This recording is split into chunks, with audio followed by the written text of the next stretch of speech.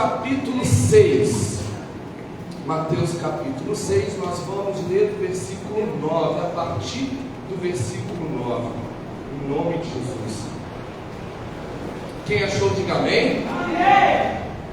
Que diz assim: portanto, vós orareis assim: Pai nosso, que estás nos céus, santificado seja o teu nome. Venha a nós o teu reino, seja feita a tua vontade, assim na terra como é no céu. O pão nosso de cada dia nos dai hoje. Perdoa-nos as nossas dívidas, assim como nós perdoamos aos nossos devedores. E não nos deixes cair em tentação, mas livra-nos do mal. Pois teu é o reino, o poder e a glória para sempre. Amém. Aleluia. Feche seus olhos, vamos orar. Senhor Jesus, é debaixo da autoridade do teu nome, ó Pai, que queremos neste momento fixar a nossa mente, a nossa atenção, a nossa alma, o nosso espírito, ó Deus, na tua palavra.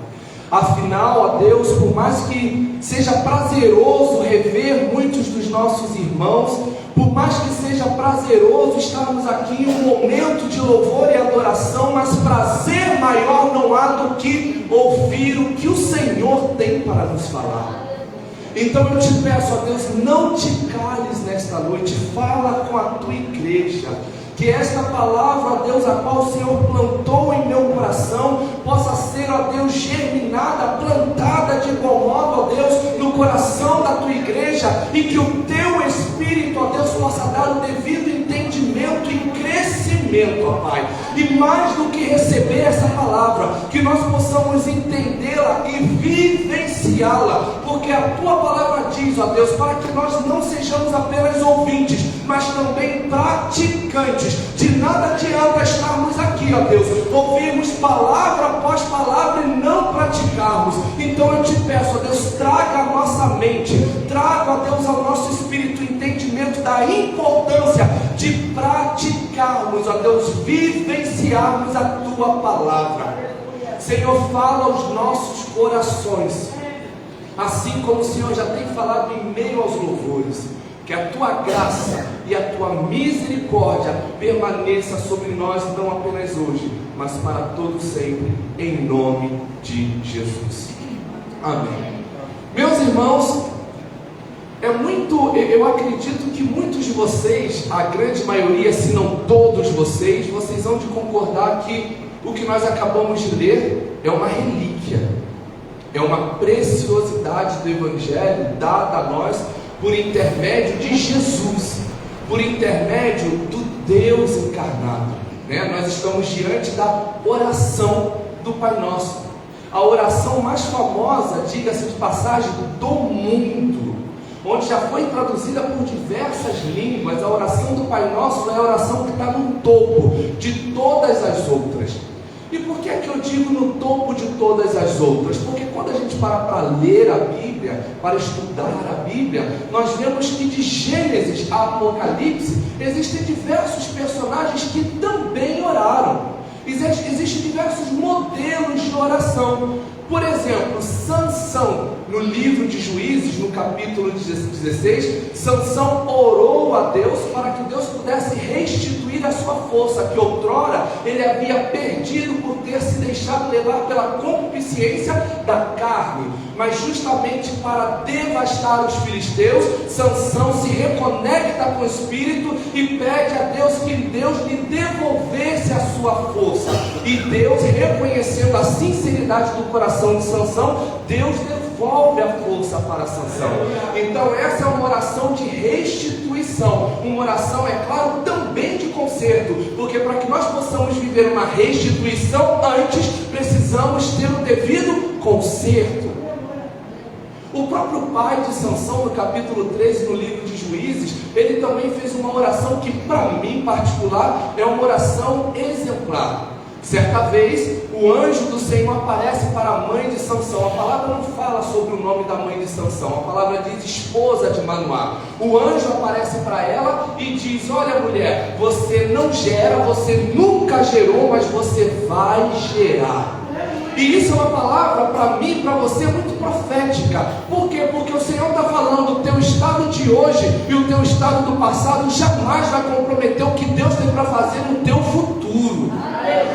O anjo do Senhor chega para a esposa de Manoá e fala: mulher, tu és estéril hoje, você nunca gerou, mas esse ventre que nunca gerou, se prepara, porque vai gerar. Deus está falando para algumas pessoas aqui: você tem vivido um processo de escassez no presente, você tem vivido um processo de escassez no passado, mas se prepara, porque a bonança está preparada para você.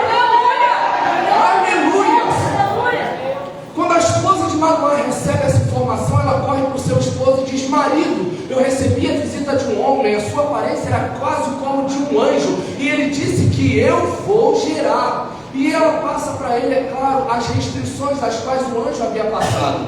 Manoá de imediato faz uma oração maravilhosa, uma oração simples, mas uma oração que eu levo para a minha vida. Manoá para tudo o que ele está fazendo e ora ao Senhor dizendo: Deus, permita que este homem volte novamente para nos dar a devida instrução de como será o parecer do menino. Manoá está dizendo: Senhor, eu reconheço que aquilo que o Senhor vai fazer na minha vida é tão grande, é tão poderoso, é tão transformador, que eu não posso receber de qualquer forma. Então eu peço as suas instruções, ó Deus. Por quê? Porque sem instrução a bênção pode ser perfeita, mas você acaba perdendo por você não saber administrar. Aleluia! Então entenda que a oração de Manoá foi: Senhor, eu preciso da tua instrução, porque se eu não souber administrar, se eu não souber lidar com aquilo que o Senhor tem para colocar nas minhas mãos, eu vou perder. É por isso que talvez muitos de nós possamos estar de repente nos questionando a Deus: Senhor, mas aquela porta de emprego era uma bênção na minha vida e eu perdi. Senhor, mas aquele relacionamento era uma bênção na minha vida, mas eu perdi. Senhor, o ministério que eu exercia era uma bênção na minha vida, mas eu perdi. Deus está respondendo: porque até então você não teve maturidade para administrar. Quando você pedir maturidade para administrar, tudo que vier nas suas mãos você vai reter. A bênção será retida nas suas mãos. Se você está perdendo é porque você não está tendo maturidade para administrar. E Manoá diz: Senhor, me ensina, porque o que vai vir é grande, é poderoso, é um milagre, e eu não sei administrar um milagre, então me ensina, Senhor. Uma outra oração maravilhosa é a oração de Neemias. No livro de Neemias, logo no primeiro capítulo, ao decorrer de alguns versículos, Neemias recebe a notícia de que o reino de Judá ainda está devastado. E Neemias então ora ao Senhor, relembrando ao Senhor uma promessa que outrora Deus tinha feito a Moisés. E que promessa foi essa? Uma vez que o povo caia em transgressão, eu vou espalhá-los, ou seja, eu vou permitir a divisão. Mas uma vez que o povo possa se voltar para mim, se arrepender dos seus pecados, eu serei fiel e justo para restituir. Ou seja, Neemias estava relembrando a Deus. E é claro que era apenas uma forma de expressão, porque o nosso Deus é um Deus que nunca esquece da promessa que Ele fez para mim e fez para você. Quando Neemias ele faz essa oração relembrando supostamente a Deus, na verdade era uma forma de Neemias se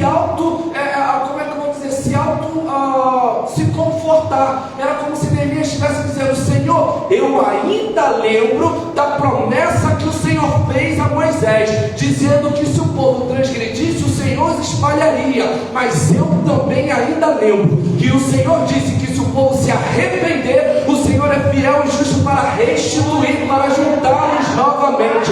Então cumpra a tua palavra, Senhor. Então entenda que se você é portador de uma promessa, se você é portador de algo que Deus liberou sobre a sua vida, relembre, mas esse ato de relembrar é para te trazer à memória aquilo que te traz esperança. Olha, o Senhor disse: Senhor, certa vez o Senhor prometeu, não no intuito de cobrar, mas no intuito de você mesmo fazer valer as palavras do Senhor na sua vida. Mas é claro que em meio a tantas orações, nós tivemos um grande professor, Jesus. Nós, a nível de oração, nós aprendemos muito com Jesus. Jesus foi perfeito em tudo, né? E Jesus, ele nos ensina algo maravilhoso, que é o agradecer. É ser grato a Deus, independente dos problemas. Todas as vezes que nós nos reportamos a Deus, nós precisamos ser gratos. Certa vez, no livro de João 6, Jesus estava prestes a realizar a multiplicação do milagre dos pães e dos peixes, que o nosso irmão João ministrou há um tempo atrás. Mas entenda que, no meio daquela escassez, diante da presença de milhares e milhares de homens, só lhe foi apresentado 5 pães e 2 peixes. Ou seja, aquilo não era nada, aquilo era impossível de alimentar o povo com apenas aquela quantidade. Só que no momento de escassez, no momento onde não havia nada, Jesus pega aqueles elementos, eleva aos céus e dá graças ao Senhor. Se você analisar a palavra lá em João 6, no versículo 11, a palavra está muito clara. Jesus eleva os elementos e dá graças ao Senhor. E talvez seja muito incoerente para a mente de muitos aqui dizer: ué, mas ele deu graças ao Senhor por apenas 5 pães e 2 peixes, tendo cerca de 5.000 homens para alimentar. Sim, dê graças ao Senhor pelo pouco que tem, porque é justamente através desse pouco que ele precisa para multiplicar. Aleluias! Um outro cenário também muito comum a todos nós é a morte de Lázaro. Lázaro morre, como muitos de nós já sabemos. Jesus chega em Betânia e diz: onde o puseram? Levam Jesus até o sepulcro de Lázaro e Jesus diz: tirai a pedra. E antes de chamar Lázaro, Jesus ergue os olhos para os céus e diz: Pai, graças eu te dou, porque sempre me ouves.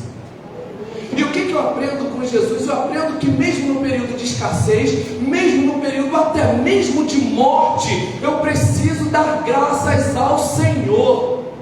Jesus está ensinando que por mais que eu tenha as minhas necessidades pessoais, as minhas necessidades pessoais, elas precisam ser secundárias e não primárias. As primárias têm que ser glória ao teu santo nome, louvado seja o teu santo nome. Eu creio que todas as coisas estão debaixo da tua vontade.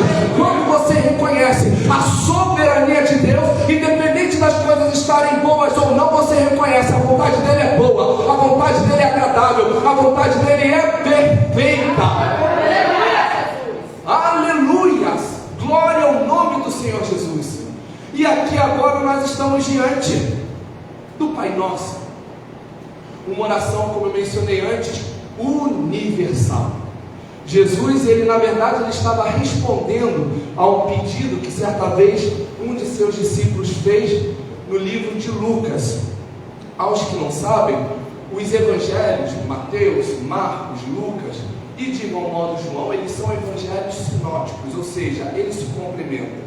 Aquilo que muitas das vezes um omite, o outro revela. Então Lucas, ele traz essa informação no capítulo 11, versículo 1, dizendo que Jesus, exatamente no Sermão do Monte, ele estava orando, e quando ele para de orar, um de seus discípulos, os evangelhos não revelam que discípulo foi esse, pede ao Senhor: Senhor, ensina-nos a orar, assim como João ensinou aos seus discípulos. Mas espera aí, todos os discípulos do Senhor, eles eram judeus.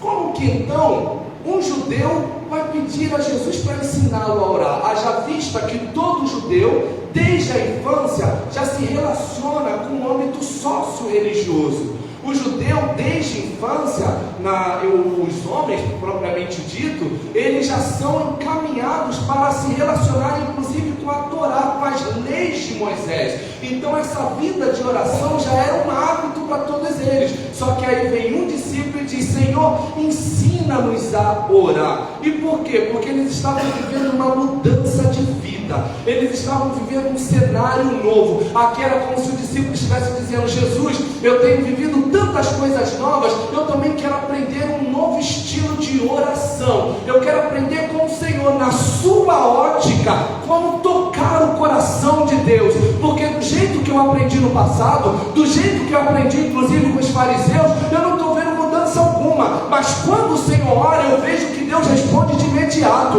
eu vejo que Deus te fortalece, eu vejo que Deus te libera, que Deus te alimenta, que Deus te guia. Então eu também quero ser guiado, eu também quero ser fortalecido. Então nos ensina a orar. E Jesus começa então a ensinar. E Jesus no versículo 9 diz assim: portanto, vós orareis assim: Pai nosso, que estás nos céus, santificado seja o teu nome. Quando Jesus diz Pai nosso, Jesus está retirando de nós o senso de individualidade, porque o Pai não é meu, o Pai não é teu, o Pai é nosso. O Pai é nosso. Exatamente, essa é a visão que Jesus queria trazer. O Pai é nosso. Quando Jesus diz o Pai é nosso, Jesus está dizendo: você agora é meu irmão. Jesus aqui está precedendo uma afirmativa que está escrito em Gálatas 3,26, que diz assim, onde Paulo disse: todos vocês são filhos de Deus mediante a fé em Cristo Jesus. Ou seja, vocês não são mais criaturas, vocês não são mais escravos. Diante dos céus, mediante a fé em Cristo Jesus, vocês são reconhecidos como filhos de Deus.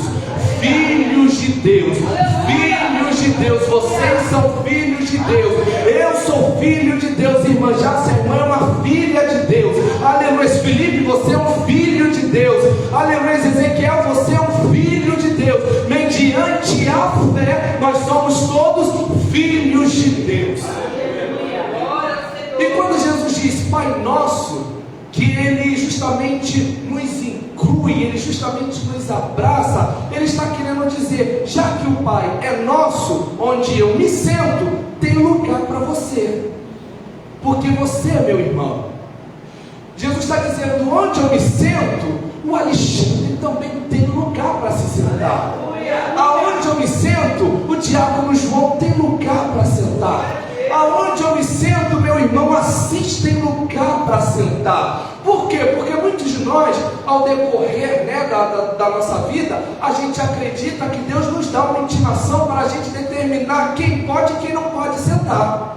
E a gente começa num senso de julgamento. Ou é o irmão que saiu, que fez isso, que fez aquilo, o irmão que vive faltando, o irmão que se quer de cima, o irmão que sempre dá desculpa, o irmão que isso, o irmão que aquilo. Jesus está dizendo: aonde eu sento tem lugar para todos. Só que quando eu digo que tem lugar para todos, isso não significa que todos podem sentar. Porque Naamã, existe lugar para Naamã, mas Naamã não pode sentar, porque Naamã está leproso. Naamã está leproso. Naamã está leproso. Então antes de Naamã sentar, Naamã tem que descer. Aleluia. Tem lugar para Naamã na mesa de Jesus, mas antes de Naamã sentar, Naamã vai ter que descer para se limpar. Aleluia. O que acontece é que muitos de nós queremos requerer o nosso direito. Não tem lugar para mim, realmente tem. O sangue da cruz nos dá esse direito. Só que não é porque eu tenho direito que eu vou fazer de qualquer maneira, que eu vou sentar de qualquer jeito. Não, Naamã tem lugar, mas antes de sentar, tem que descer, tem que se limpar. Aleluia. O mesmo lugar que Jesus senta, José senta, e os irmãos de José também têm lugar. Mas antes dos irmãos de José se sentarem, vão ter que reconhecer o erro que fizeram com José. Então Jesus está dizendo: eu sou a porta que dá acesso à mesa do Senhor. Existe lugar para todos, para todos. Não é à toa que o próprio Jesus disse: vinde a mim, todos os que estáis cansados, e eu vos aliviarei. Mas não é porque Jesus está chamando que vai ficar da mesma forma. Jesus está dizendo: eu vou te aliviar, eu vou te tratar, eu vou te curar, eu vou aparar as veredas da sua vida, para que você esteja montado da forma adequada para se assentar. Aleluia, Jesus. Glória ao nome do Senhor Jesus. E isso fica muito claro na parábola do filho pródigo, que é uma parábola que nosso irmão diácono João, como eu sou amigo pessoal dele, eu sei que ele é apaixonado por essa parábola. A parábola do filho pródigo, todos vocês já conhecem. O filho que pede ao Senhor todos os seus direitos, o pai todos os seus direitos, ele vai, vive a vida dele, gasta muito daquilo que ele levou com ele, daí então ele volta com uma mão na frente, outra atrás, e a palavra é muito clara, que o pai o recebe com grande alegria.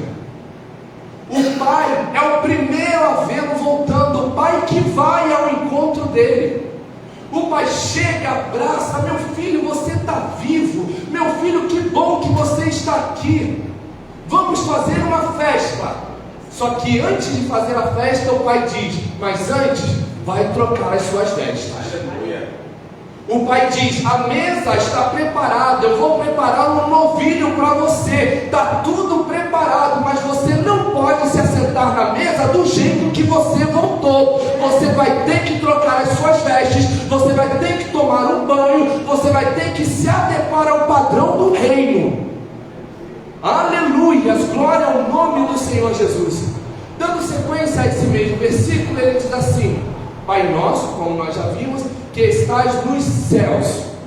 Aqui Jesus está fazendo uma referência que o nosso Pai agora, ele não é mais humano. Uma vez que nós tenhamos recebido Jesus mediante a fé, o nosso Pai agora ele é espiritual e ele reside nos céus, e lá dos céus ele contempla os bons e os maus. Ou seja, o nosso Pai ele está te contemplando. Uma vez que ele esteja te contemplando, ele sabe exatamente do que você precisa. Então Deus está falando: o seu Pai é aquele que te protege, é aquele que te guia, é aquele que te livra de todo mal, é aquele que te sustenta, é aquele que provê o pão de cada dia. Então descansa, porque o teu pai agora não é um pai humano, que muitas das vezes erra, que muitas das vezes negligencia o cuidado necessário. O Pai Celestial ele está sempre presente na sua vida. Aleluias. E em seguida o versículo diz: santificado seja o teu nome. Ora essa, diaconisa Liliana, será que eu tenho como santificar o nome de Deus? Mais do que ele já é, ele é santo por natureza, é um atributo de Deus a santidade. Será que existe algo que eu possa fazer para santificar o nome do Senhor? Quando Jesus diz santificado seja o seu nome, na verdade o peso dessa santificação é o peso de glorificação. É Jesus dizendo: glorificado seja o teu nome. Glorificado por intermédio de quem? Glorificado por intermédio meu e seu. Deus, ele tem que ser glorificado através da nossa vida, através do nosso testemunho. Através do nosso testemunho é que nós passamos a glorificar o nome do Senhor, a santificar o nome do Senhor. Glória ao nome. E como que isso acontece? Através das muitas adversidades que nós temos. E isso fica muito claro, eu sei que é clichê, mas isso fica muito claro no livro de João, capítulo 11, quando Lázaro ainda está enfermo. Marta e Maria mandam uma mensagem para Jesus e dizem: mestre, aquele a quem tu amas está enfermo. E Jesus diz: essa enfermidade não é para a morte, mas é para a glória de Deus, para que o Filho de Deus seja glorificado. Ou seja, era uma enfermidade, aquela enfermidade seria usada para glorificar o nome do Senhor. Você está chorando, você está se desesperando porque o laudo médico ainda não está favorável. Você está chorando, você está desesperado porque a porta de emprego ainda não se abriu. E eu entendo porque eu já fiquei enfermo, eu entendo porque eu já fiquei desempregado. Mas hoje, regido pela palavra, nós precisamos entender: os cenários ruins da nossa vida servem para tão somente glorificar o nome do Senhor. As pessoas vão olhar para a sua vida e vão dizer: nossa, ela está com esse problema de saúde há tanto tempo, mas todo domingo ela está na igreja. Nossa, ele está desempregado há tanto tempo, mas todo domingo ele está na igreja. Toda vez que eu abro o Facebook, toda vez que eu abro o Instagram, eu vejo uma postagem dele glorificando o nome do Senhor. Nossa, a situação na casa dele, na casa dela está tão precária, mas toda vez que eu encontro, ele está feliz, ele está contente. Por quê? É a maneira que os filhos de Deus têm de glorificar o nome do Pai. Será que vocês, será que nós temos glorificado o nome do Senhor à altura do que Ele merece? Fica uma pergunta para mim e para vocês. Aleluia. No versículo 10 diz assim: venha o teu reino, seja feita a tua vontade, assim na terra como no céu. Quando Jesus diz venha o teu reino, é porque o reino de Deus, isso é muito claro, não é aqui. O reino de Jesus mesmo não é aqui. Certa vez no livro de João, capítulo 18, versículo 36, o próprio Senhor Jesus disse: o meu reino não é neste mundo. Tanto que os judeus, eles ficaram frustrados, porque eles acreditavam que Jesus viria para reinar, que Jesus viria com relâmpagos, com anjos adorando e tudo mais, para tirá-los da opressão de Roma. E de repente veio Jesus que sequer tinha uma casa para nascer, que teve que nascer e ser visitado numa manjedoura. Um Jesus que sequer tinha um lugar para reclinar a sua cabeça. Aleluia! Então Jesus deixa bem claro: venha o teu reino. Por quê? Porque o reino de Deus não está aqui, está estabelecido nas regiões celestiais. Mas Jesus está dizendo: traz o teu reino para cá, Senhor. Quando Jesus diz traz o teu reino para cá, Jesus está dizendo: traz para nós a mentalidade, o entendimento daquilo que já existe nas regiões celestiais. Quando Jesus diz venha o teu reino, Jesus está dizendo: inclua-nos, ó Deus, debaixo da soberania que há no teu nome. E ele segue dizendo: seja feita a tua vontade. Por quê? Porque no reino não é feita a minha vontade, é feita a vontade do Pai, a vontade de Deus. Não é à toa que o mesmo Jesus, sendo o próprio Deus encarnado, certa vez ele orando, ele falou: Pai, se for possível, passe de mim este. Isso era a carne de Jesus. Era a carne de Jesus gritando, porque Jesus sabia que iria doer. Jesus sabia que seria escorraçado. Jesus sabia que por mim e por vocês ele seria humilhado. Jesus sabia que por mim e por vocês os cravos iriam romper os seus tendões naquela cruz. Jesus sabia que por mim e por vocês eles colocariam sobre ele uma coroa de espinhos. Só que o corpo lado humano de Jesus gritou: Pai, se for possível, afaste de mim este cálice.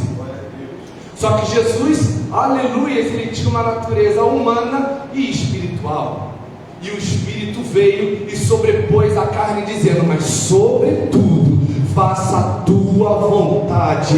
Aleluia, sobretudo, faça a tua vontade. Eu sei que vai doer, eu sei que eu vou chorar, eu sei que eu vou sofrer, mas se é a tua vontade, que é boa, que é perfeita, que é agradável, conta comigo, Senhor. Aleluia. Será que Deus pode contar comigo e com você? Será que Deus pode contar com a igreja Casa de Oração Nova Aliança, com os pastores, com os diáconos, com o presbítero, com os obreiros, com os colaboradores? Deus está falando: Pai, se for possível, passe de mim, mas se não for, conta comigo, porque aconteça o que aconteceu, eu estou aqui, eu estou firme. Aleluia, glória ao nome do Senhor. Já no versículo 11 diz assim: o pão nosso de cada dia nos dai hoje. E isso aqui é muito fácil de se aplicar, porque aqui ele já faz uma referência exatamente ao maná que era dado para o Senhor no período a qual o Senhor os tirou do Egito, né? Teve um período que eles não tinham exatamente o que comer, a comida que eles até então tinham levado do Egito já estava ficando escassa, muitos já estavam ficando com fome, e Deus então os abençoou com um maná diário. Não era um maná para abastecer a dispensa, não, era diário, era naquele dia, tanto que muitos deles espertamente eles pegam um pouco do maná e fazem suas reservas, mas pelo fato de ser algo diário, no dia seguinte, quando eles abriram ali a cestinha, o maná já tinha apodrecido, e era proposital, porque a intenção de Deus era fazer com que o povo descansasse no Senhor, era trazer o entendimento à mente do povo, para que eles pensassem: o de hoje eu vou aproveitar, porque eu sei que o de amanhã já está garantido por Deus. Eu vou aproveitar o hoje, eu vou aproveitar o agora.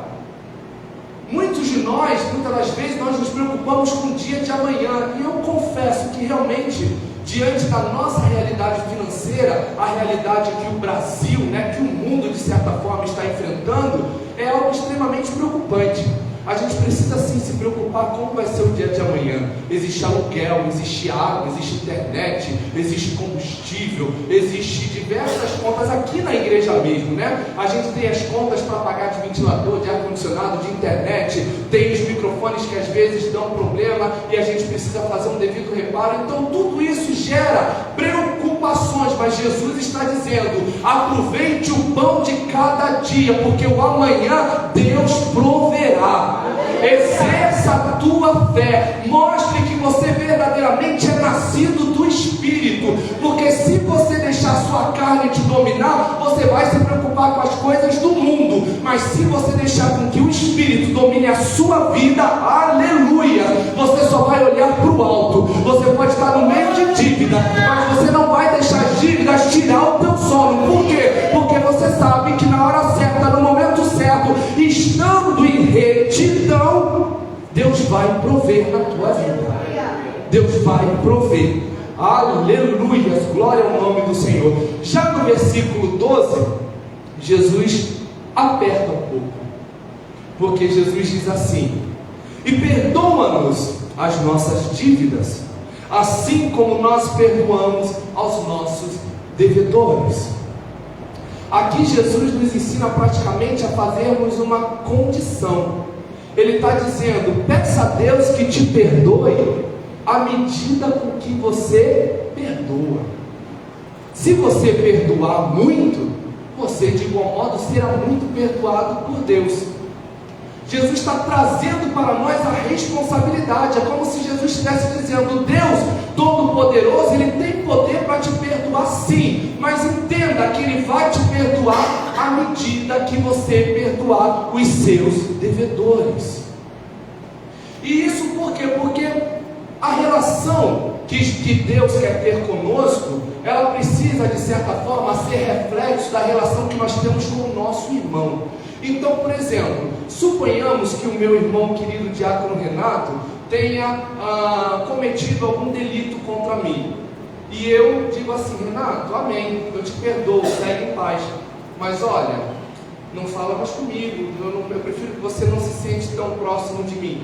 Imagina se Jesus dissesse isso para você: olha, diaconisa Kátia, eu ouvi a sua oração, eu te perdoei, mas faz o seguinte, não fala mais comigo não. Quando você estiver na igreja, senta lá no final, não senta aqui perto de mim não. Imagina se Deus dissesse assim: olha, eu te perdoo, não tem problema, mas olha só, quando você me vê de um lado da calçada, não se preocupa não, que eu mesmo vou atravessar para o outro lado. Eu já te perdoei, irmão. Não, está perdoado. Mas entenda aqui, falou aqui, entenda aqui, Jesus está querendo trazer: à medida que você perdoar, é à medida que você será perdoado. Ou seja, preste atenção. Se você quer ser perdoado, aprenda a perdoar. Aprenda a perdoar, porque o perdão, ele é uma via de mão dupla. Você só recebe quando você dá. Você só recebe quando você libera o perdão. Quantos estão entendendo essa informação aqui? Aleluia! Mais do que entender, a minha oração é que vocês a partir de hoje também pratiquem essa informação. Aleluia! Glória ao nome do Senhor Jesus. Já no versículo 13, já encaminhando para o final, já bem no finalzinho, a palavra diz assim: e não nos deixe cair em tentação, mas livra-nos do mal. Não está ali não, né? Na sua Bíblia, eu não sei, aos que estão com Bíblia, possivelmente, caso você tenha trago a sua Bíblia, pode ser que na sua Bíblia, entre teu é o reino, é o poder e a glória para sempre. Amém. esse cochê, essa palavra, porque teu é o reino, teu é o poder e a glória para todo sempre, ele está entre cochetes na maioria das Bíblias, porque na verdade foi um acréscimo que um escriba certa vez fez. Ou seja, o original de Mateus não existe este acréscimo, mas por conta de um copista da época, por conta de um escriba que estava justamente reproduzindo a Bíblia, ele achou que convinha colocar ali, justamente fazendo menção ao que está escrito em 1 Crônicas 29:11, que diz: ó Senhor, a ti pertencem a grandeza, o poder e a glória, a vitória e a majestade. Tudo que há nos céus e na terra é teu, ó Senhor, e este é teu reino, tu estás acima de tudo. E é claro, aqui eu expliquei de trás para frente praticamente, né? Quando Jesus diz: não nos deixe cair em tentação, mas livra-nos do mal, Jesus está deixando bem claro: você vai ser tentado. Se eu que sou eu, filho de Deus, eu também fui tentado, você também será tentado. Mas não se preocupe, porque lá em João 16:33 é um versículo muito comum, está escrito: no mundo tereis aflições, mas tem de bom ânimo, porque eu venci o mundo. Jesus está dizendo: você vai ser tentado, você vai ser perseguido, você passará por diversos problemas que vão te tentar a olhar para trás, mas tem de bom ânimo, porque eu venci o mundo, e através de mim você também vencerá. Aleluia! Glória ao nome do Senhor. Quando ele diz livra-nos do mal, esse livra-nos do mal, a intenção é livra-nos do maligno, Senhor. Livra-nos da astúcia do maligno. Por quê? Porque o diabo ele vai tentar de todas as formas. Então, não me deixe cair em tentação. Jesus não está dizendo me livra da tentação, não. Ele está dizendo não me deixes cair. Agora, do mal pior, Ele vai te livrar. Ele vai te livrar. Você só precisa estar com a sua vida ligada. Você só precisa estar com a sua vida alinhada à vontade de Deus. Como eu mencionei aqui o tempo todo, essa é uma oração poderosa, a oração do Pai Nosso. Uma oração que é equiparada, talvez, não somente ao Salmo 23. Só que muitas pessoas, e provavelmente até mesmo na igreja evangélica, ela tem se utilizado dessa oração de maneira um tanto equivocada. Porque a oração do Pai Nosso, ela é uma oração modelo. Ela não é para ficar sendo repetida. Tanto que o próprio Jesus, em nenhum momento, ele a repetiu. Tanto que os apóstolos, posteriormente, nenhum deles repetiram a oração do Pai Nosso. Por quê? Porque a oração do Pai Nosso é um modelo que nos ensina que quando nós formos orar, nós precisamos começar enaltecendo o nome do Senhor, dizendo: Pai Nosso que estás nos céus, santificado seja o teu nome, venha a nós o teu reino, seja feita a tua vontade, assim na terra como nos céus. Aleluia. A oração do Pai Nosso, ela nos ensina justamente a confiarmos na provisão diária do Senhor, quando Ele diz: o pão nosso de cada dia nos dai hoje. A oração do Pai Nosso, ela é um modelo para pedirmos livramentos, para pedirmos inclusive o perdão, quando Ele diz: perdoa-nos as nossas dívidas, ó Deus, assim como nós perdoamos aos nossos devedores. Ele pede proteção, mas livra-nos do mal, e Ele finaliza exaltando novamente a Deus, dizendo: pois teu é o poder, teu é o reino e a glória para todos sempre. Amém. Só que na correria do dia a dia, a gente vem tão desesperado por conta das contas a pagar, que a gente já se ajoelha dizendo: Senhor, olha para mim, Senhor, entra na provisão, Senhor, vai lá no meu chefe, Senhor, me dê um aumento, Senhor, aquela pessoa que está me devendo, Jesus, toca no coração dela, e a exaltação para Deus fica esquecida. Aí no final da oração você ainda fala assim: Senhor, eu confio na tua palavra, eu estou aguardando. E ainda fala assim: eu dou um mês, Senhor, para ver a tua provisão. Como assim eu dou um mês? Seja feita a vontade dele, não a tua. vontade dele não se cumpre, não se preocupe, ele vai sustentar. Eu creio que hoje talvez ainda existam pessoas aqui desempregadas, mas não é porque está desempregado que o pão de cada dia está faltando. Isso eu tenho certeza, porque eu creio no poder da palavra de Deus. Então a oração do Pai Nosso é uma oração modelo, para que a partir de hoje nós saibamos orar, para que a partir de hoje nós saibamos como nos aproximar um pouco mais do nosso Pai. Afinal, através de Cristo Jesus, mediante a fé, todos nós somos filhos de Deus. Por isso Ele nos ensinou a iniciar a oração dizendo: Pai que estás nos céus. Dê uma salva de palmas para Jesus. Final que você seja glorificado. Aleluia.